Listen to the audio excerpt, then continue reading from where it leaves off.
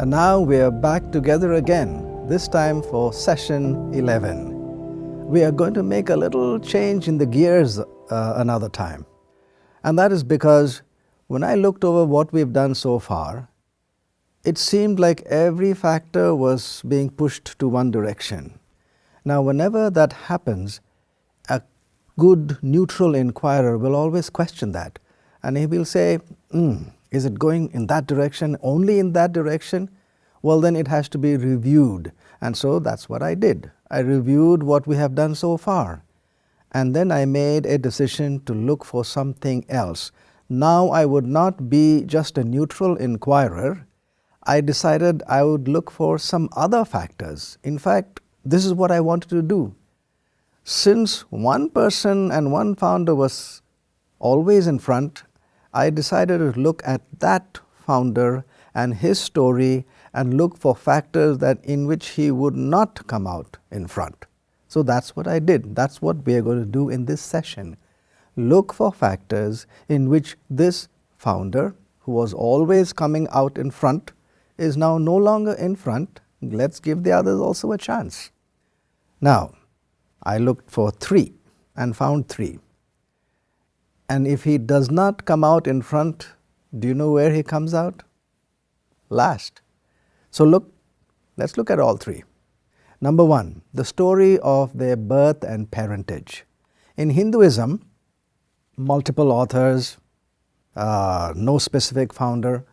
And when you look at their stories, all these authors were revered individuals, born to honorable, well-liked and well-known parents in the community. So that birth story, good. How about Buddhism? Gautama Buddha, whose name was Siddhartha, was a prince. His father, Suddhodana, was a king, and his mother, Maya, a queen.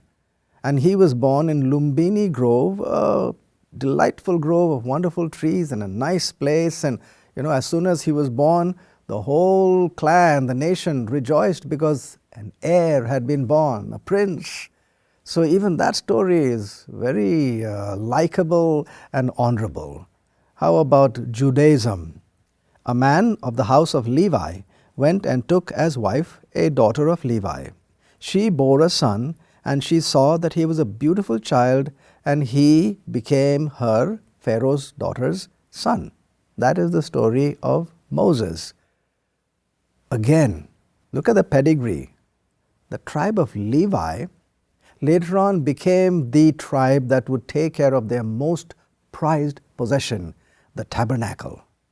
So his pedigree was good, tribe of Levi. Further, he became Pharaoh's daughter's son into the royal palace. So the story that starts them out is grand and big in this case. How about Islam? Muhammad was the posthumous son of Abdullah, and his mother Amina, they were of the tribe of Quraysh, the clan of Hashim. And once again, the tribe of Quraysh was not the biggest and the strongest, but it was one of the most important because it was in charge of the Kaaba, the place where all the Muslims go to worship and pay their respects. The Kaaba is even today the place where Hajj is taken. Hajj is pilgrimage, where Muslims go to perform their pilgrimage, the most sacred site of the Muslims. And the tribe of Quraysh was in charge of that. And Muhammad was born into the tribe of Quraysh. Pedigree again, good. Story, honorable and enjoyable. Christianity, look at this. At his birth, he was wrapped in swaddling cloths and laid in a manger. Swaddling cloths is not what we usually talk about today. What is swaddling cloths? It's not soft and pretty. It is really rough and coarse cloth. Swaddling cloth was not hung up as a curtain or put on the bed as a sheet. It was used to wipe tables and chairs and dust things. And another place where it was used was when you're on a journey. If you had to roll out your mattress, you would put swaddling cloth at the bottom on the ground. That is where it was. And then on top of that, you would place your mattress and then you'd sleep. The third place where it was used was in strips to wind around dead bodies. It was used as grave cloth. So can you imagine swaddling cloth? It was not a very honorable, it was not a very good picture. A baby child wrapped in swaddling cloth.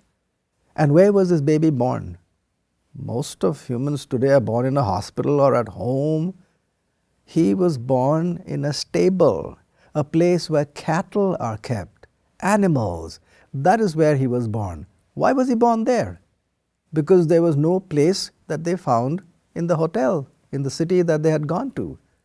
Furthermore, when we read the story, the parents were very poor. So the birth story of Jesus is a picture of abject poverty and low life, a life that was not really honorable in the sight of the community.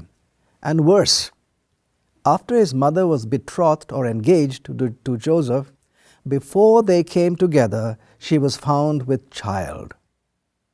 That was stunning. Today, it doesn't matter where you're born, out of wedlock or in wedlock. But in first century, ultra-conservative Palestine, being conceived out of wedlock was not an honorable thing at all. In fact, it dogged his days. His stain, the moral culture of his life was stained, as also of his parents. In fact, it stayed with him the whole life. When he was an adult, going to the temple, the people and the temple, the priests and the rabbis looked at him and said, are you going to come and teach the people morals and ethics? We were not born of fornication. That means out of wedlock, illegitimate. We were not that. Get out of here. We are the clean and the favored of God, not like you. How is that to a start in life? So Jesus is the only founder to be born in abject poverty where animals are born and quartered, and worse, he is the only founder to be conceived out of wedlock. You know, in Jewish genealogy, what they called him? The B word. Yes, you are B. We were not born of fornication. His was the worst start in life. How about the length of ministry? In Hinduism, it was many generations. At the end, it was a highly organized society. Everyone knew their place, their jobs. And today, the population of Hinduism is nearly 1 billion. In Buddhism, Gautama Buddha began his ministry at the age of 35. And he went on preaching and scouring the landscape, going from one town to another, one province to another. For a period of 45 years, he died at the age of 80. 45 years of ministry, of teaching, of preaching, and then he was laid to rest. How about Judaism? Moses led the children of Israel for 40 years, from the age of 80 to the age of 120. That's a long time. And he changed that ragtag group of slaves coming out of Egypt into a well-organized nation with armies, well-armed and well-trained armies. And today the population is tens of millions. Islam, Muhammad began his ministry about 610 AD or CE, Common Era, and he met his demise in 622. So that's a period of about 23 years, during which he gathered his people together, expounded on his message, and even got an army trained up so that he could destroy the other tribes and get them together, form a combined army that afterwards would form the mighty Ottoman Empire. But the Ottoman Empire, which came much later, had its roots back there in the 23 years of Muhammad's own life and effort. When you come to Christianity, 3.5 years. That's a huge difference. So the question is, why only 3.5 years? Look at the difference. The Hindus had generations. Buddhism, 45 years. Moses, 40 years. Muhammad, 23 years. And Jesus, just 3.5 years. That prompts a question. Why 3.5 years? Did he have a debilitating illness? A sudden acute illness that knocked him up? Did he get into an accident? No. What is the reason for 3.5 years? The answer to that leads to a very pathetic picture. It was only 3.5 years because he was hated with a passion by his own community and sentenced to death. That is why it was only 3.5 years. So the picture of the length of ministry is not just that it is short. It was short because of a horrible report. Hated by his own community. So here's a man born in poverty and now has the shortest ministry of all the founders. How's that for a start? To get a real movement, a movement that is moral in nature going. Hard. So that placed him at the end of the tail of all the other founders, last by a long mile. And then circumstances at death. In Hinduism, the sages were honored. And today they are held in high respect. In fact, whenever one of the sages died, the whole community would get together and mourn the loss, talk to each other about how his life was so great and what contributions he had made to the community. And boy, he is gone now. The feeling of loss. Why? Because he was a respected member of the community. And now when he is gone, they would mourn, respect him more than even sometimes in his life. So at his death, the Hindu sages were honored. How about Buddhism? Gautama Buddha took his last journey to a place called Kusinara where he died. On the journey he fell ill.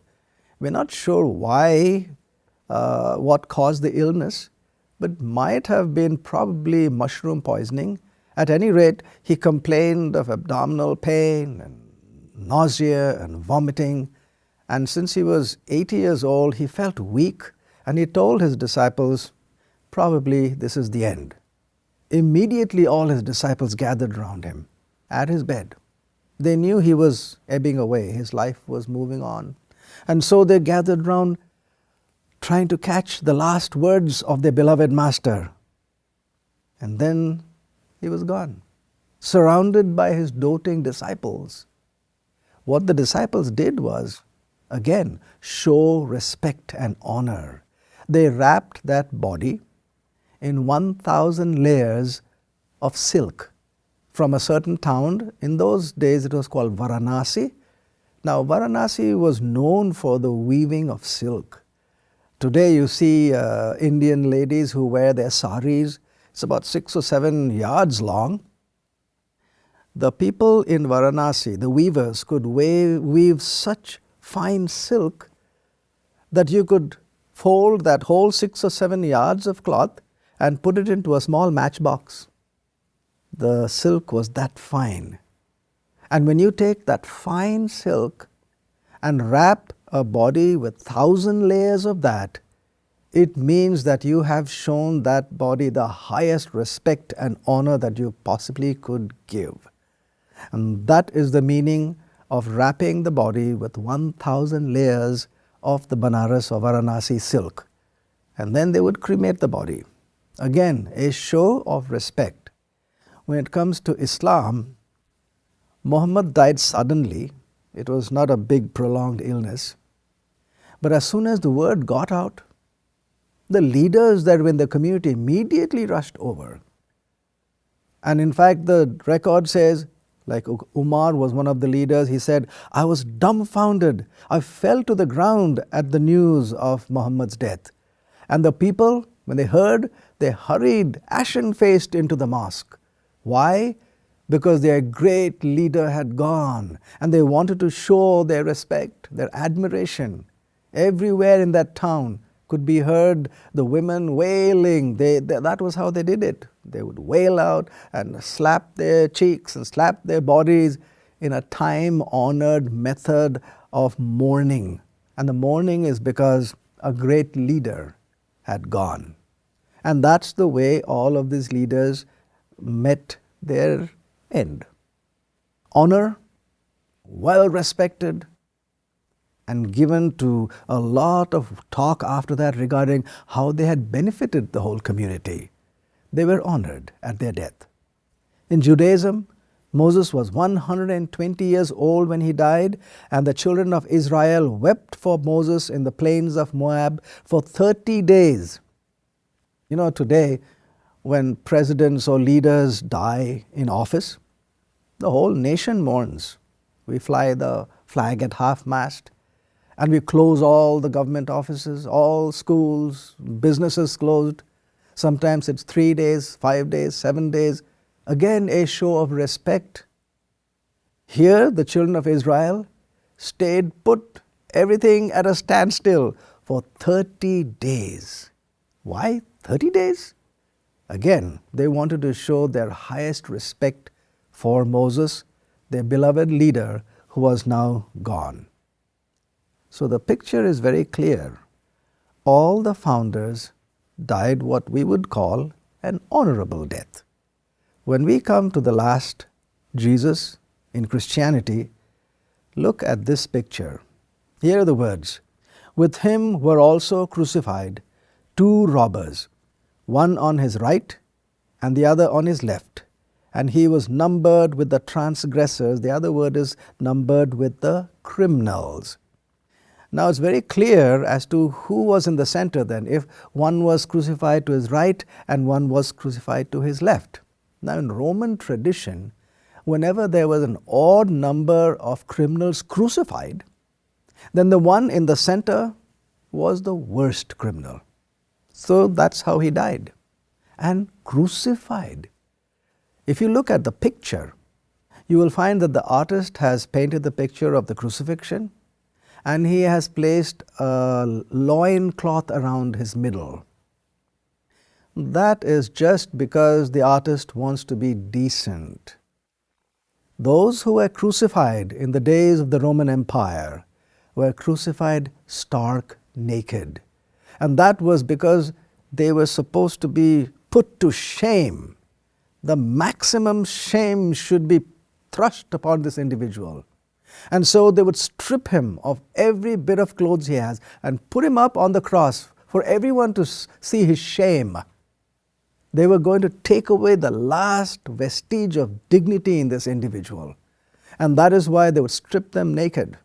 So Jesus actually, because of the Roman time that we'll see, he was on the cross naked, shamed in his death.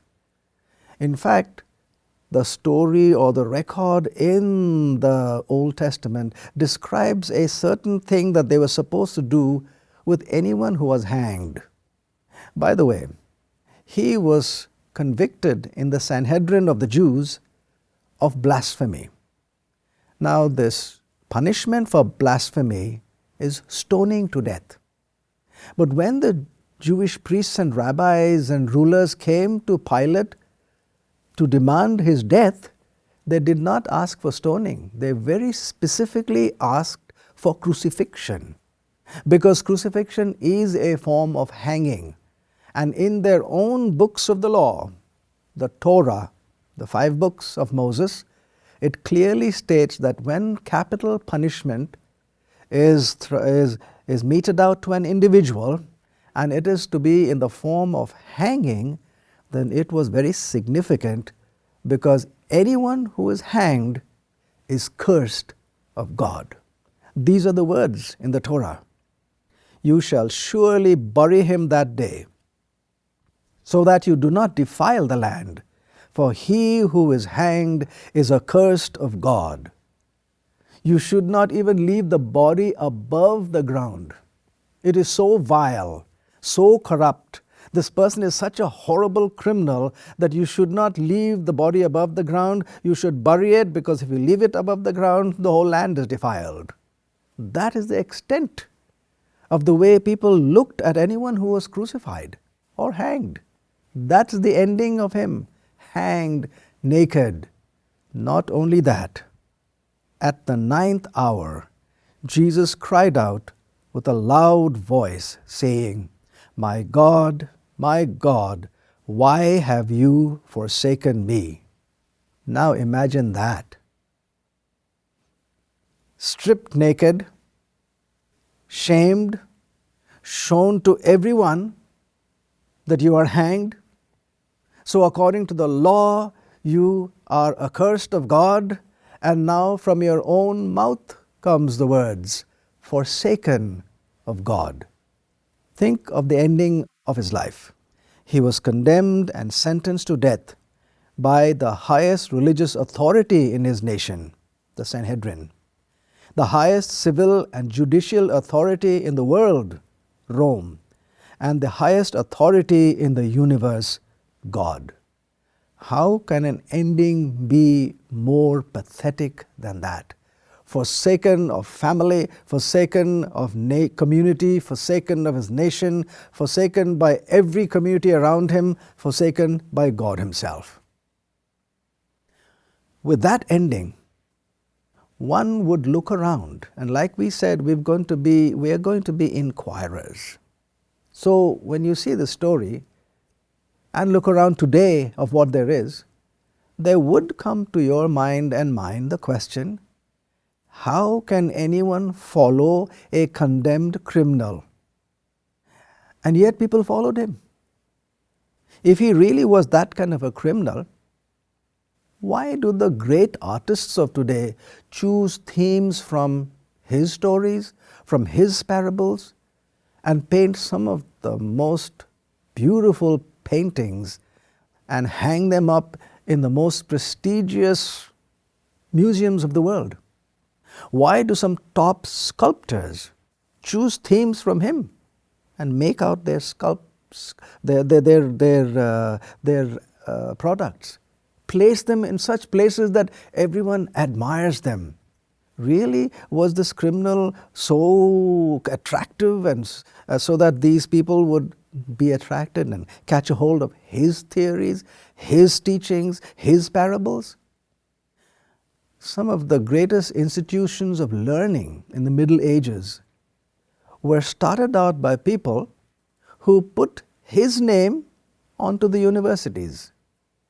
Look, if I gave you, or if you gave me, $100 million and said, go and establish a university, would you, honestly, would you put the name of a criminal on the central buildings of your university? I think not. I wouldn't. But there are universities that started out in his name. How come they chose his name? Putting onto the central buildings of the university, but he was a criminal. When you look at those who do work today, work for the downtrodden, do you know one of the groups that really does this work well? In all natural disasters and wars, there is one group that always goes there first to help the needy. And they stay there the longest. They are called by his name. Isn't that amazing? How come they're going after a criminal? There are people who go out from their land to another land to talk about this criminal. I've seen them. Sometimes they do not stay in good homes and good places where they can have all the amenities of life. They go out into the boonies, into the villages, and they sit with the people who they talk. They eat their food, drink their dirty water, contract those diarrheal and awful diseases and die, and are buried there with a little mound of dirt over their bodies, not even a name tag nearby. What makes them do that? And they point to this naked body on the cross. That's the reason. There must be something more, my friends. Who put this criminal into the center of Western civilization's calendar and split it into two. BC, before Christ, AD. Do you know today if you write a check, you have to date it. Do you know what that date refers to? The date refers to the birth of this criminal. Amazing. How can a criminal have that much of an effect? So we have to ask ourselves, is there something more to the story than just what we see? How can a person who had the worst start in life, the shortest ministry, and the worst ending in life have the following that has the greatest number on planet Earth today? Christians number more than 2 billion. How shall we explain that? Is it easy to just give an explanation and say these people are deluded? No, it is not. There must be something that we must look into to give an explanation of why this discrepancy between this kind of a life and this kind of a following today. And so I stopped, looked over what we've done, and then I realized that we have to go to one more question. And that question is, what happened after death? And that will be the one that we will look at in our next session. Don't go away, join me for that. If you have enjoyed this presentation with Dr. Subodh Pandit and wish to watch more of this unique 13-part series for free online, visit the website godfactorfiction.com. That's godfactorfiction.com. If you would like to order this fascinating series on DVD, it is now available from Whitehorse Media. To order from within the U.S., call 1-800-782-4253. Dr. Subodh Pandit has written 2 eye-opening books entitled Come Search With Me, Does God Really Exist? And Come Search With Me, The Weight of Evidence, which further explore the topics of evolution, theism, atheism, and religion. To order these books from within the U.S., call 1-800-782-4253. That's 1-800-782-4253. If you live outside the U.S., you may also easily order them on Amazon.com.